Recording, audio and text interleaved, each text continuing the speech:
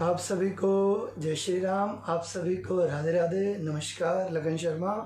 आइएगा, एक चर्चा जो बचपन से आप लोग सुनते आए हैं, हम भी सुनते आए हैं अपने माता पिता बड़े बुजुर्गों से, वेद पुराण शास्त्रों से, वेदांतों से। एक दुआ एक इंसान को राजा बना देती है और एक बद्दुआ एक राजा को रंक बना देती है। इस दुआ में और बद्दुआ में आखिर क्या ऐसा भेद है? इस पाप में, इस पुण्य में क्या ऐसा भेद है? इस चर्चा को लेकर के आज एक दृष्टांत के साथ आपके मध्य। एक राजा था।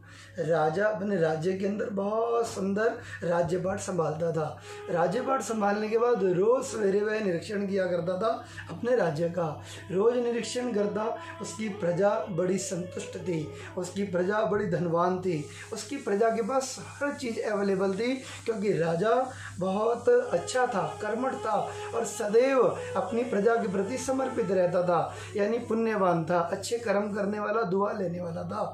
दुआ कैसे इंसान को राजा बना देती है, इसी विषय पर आइएगा। जैसे ही आज कुछ समय के बाद वह निकल करके अपने घर से सुंदर आसन के ऊपर बैठ करके सुंदर घोड़ों के साथ जब वह निरीक्षण करने लगा, घोड़े पर बैठ करके उसने देखा एक गरीब निर्धन व्यक्ति एक कूड़े में से अन्न खोज करके खा रहा। मन बड़ा परेशान हुआ। जब मन उसका बड़ा परेशान हुआ, उसके मन में संदेह आ गया, क्या मैंने ऐसा पुण्य किया, मैं राजा बना, और क्या इसने ऐसा पाप किया जिसकी वजह से इसको निर्धन, इसको रंक बनना पड़ा। मन में बड़ा गलानी हुई, लेकिन उस गरीब को साथ में बिठाया, क्योंकि उसी के राज्य में आ गया था।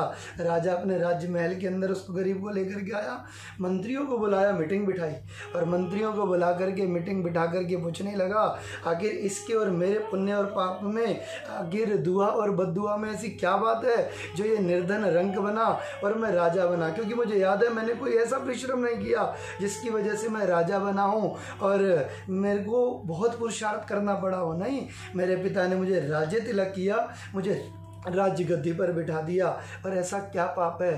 सभी मंत्रियों ने मिलकर के एक ही स्वर में एक ही बात कही कि राजा, ऐसा कुछ भी नहीं होता। अपने अपने कर्मों के माध्यम से कोई राजा बनता है, कोई फ़कीर बनता है, कोई मिडिल क्लास बनता है। अपने अपने कर्मों के हिसाब से कोई सुखी और कोई दुखी होता है, तो चिंता मत कर। लेकिन राजा संतुष्ट नहीं हो पाया। अपने राज्य से सारे संतों को बुलाया, संतों से पूछने लगा कि भैया एक बात बताओ, ये निर्धन और रंक और कूड़े में से अन्न ढूंढने वाला, मैं सोने के सिंहासन पर बैठकर सोने की थाली में खाने वाला, आखिर क्या फ़र्क है इसके और मेरे कर्मों के अंदर? जब यह बात कही, संतों ने भी वही बातें कही अपने अपने अलग अलग तरीके के साथ, कि अपने अपने कर्मों का अपना अपना फल हर किसी को भोगना पड़ता है, जो सत्य भी है। लेकिन राजा संतुष्ट नहीं हुआ। एक संत ने देख लिया राजा संतुष्ट नहीं है, कहा अयोध्या जी में माँ सरयू जी के किनारे एक पीपल का वृक्ष है, वहाँ एक संत बैठा, आपको सारे संदेह का निदान अवश्य करेगा। ठीक है, राजा घोड़े पर आरूढ़ हुआ और सीधा चाबुक मारी और सीधा का सीधा अयोध्या जी गया, रघुनाथ जी को प्रणाम किया, संत का पता किया, संत के पास पहुंच करके प्रणाम किया। संत ने कहा राजा कैसे परेशान हो? कहा कि महाराज मन में एक संदेह आ रहा है। कहा कैसा संदेह? कहा संदेह ये है कि मैं इतना बड़ा राजा बन गया, कोई परिश्रम नहीं किया, और एक व्यक्ति को मैंने देखा वो भिखारी है, उसको अन्न खाने में भी इतना परिश्रम करना पड़ता है, कि ऐसी क्या बात है? कहा कोई बात नहीं। साथ में बिठाया, जलपान करवाया, कहा नेत्र बंद कर, सिर के ऊपर हाथ रखा, राजा ने नेत्र बंद किए। जैसे ही नेत्र बंद किए, कहा पूर्व जन्म का ध्यान कर। पूर्व जन्म के अंदर गया तो देखता क्या है, संतों के घर में एक गैया है, वहां से गैया के पेट से बछड़ा बन करके पैदा हुआ। कुछ ऐसा कर्म हुआ या वेदों की ऐसी ध्वनि सुनी, उसी समय उस बछड़े की मुक्ति हो गई।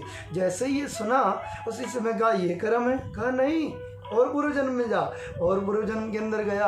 पूर्व जन्म में देखता क्या है, गंगा जी में बहने वाली एक सुंदर मछली था, गंगा जी में रहता था, रोज हरि नाम सुनता था। क्या मेरा ये पुण्य है? क्या ये भी पुण्य नहीं है तेरा? राजन और पूर्व जन्म में जा। तीसरे पूर्व जन्म के अंदर गया, एक भील है। का इस जन्म के अंदर कर्म है? देखता क्या है, जवानी में सिर्फ पाप किया है, जानवरों को मार करके बड़ा प्रसन्न होता है। कहा महाराज इसमें तो पाप ही पाप है। कहा थोड़ा जवानी में जा। जवानी में जाता तो बाघ से भी लड़ने का शौर्य रखता है। कहा अच्छा, कहा महाराज इसमें तो पाप है। कहा थोड़ा सा और आगे बढ़ जाना। घोड़े पर बैठा, वृद्धावस्था है, लगभग 60 साल की आयु का है। घोड़े पर बैठ करके सुंदर हिरणी एक बच्चे को जन्म दे रही थी। जैसे ही धनुष बाण साधा, उसी समय भय के कारण हिरणी ने बच्चा छोड़ दिया। जैसे ही बच्चा छोड़ा, मन के अंदर एक बात आ गई। कहा देख बच्चा दे रही है माँ है, जैसे तेरे भी बच्चे हैं ऐसे इसका बच्चा है। हिरनी आगे आकर के खड़ी हो गई, अपने बच्चे को ओढ़ करी और रोने लगी। वह आंसू अश्रु बिंदु उसको दिखाई दे गए।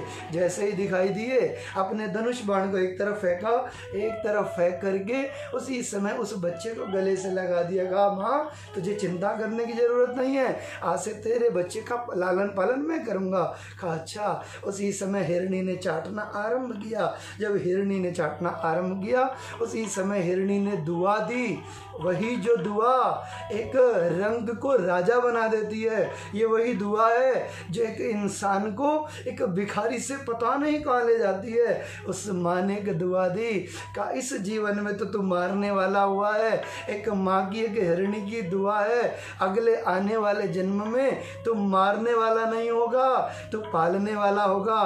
तू वही भील है जो उस माँ के आशीर्वाद से अगले जन्म गंगा जी, उससे अगला जन्म बछड़े गया, और आज तो सुंदर सिंहासन के ऊपर आज राजपाट संभाल रहा है। मात्र एक दुआ ने तुझे एक रंग से राजा बना दिया। इसलिए मित्रों, जीवन के अंदर अच्छे कर्म करते चलो, क्योंकि एक दुआ ना जाने किसकी मिल जाए और किसी रंग को राजा बना जाए। और हमेशा पाप कर्म करने से, बुरे वचन बोलने से इंसान को डरना चाहिए, क्योंकि एक बद्दुआ भी इंसान को राजा से रंग बना देती है। इसी के साथ आप सभी को नमस्कार, सभी को जय श्री राम, सभी को राधे राधे।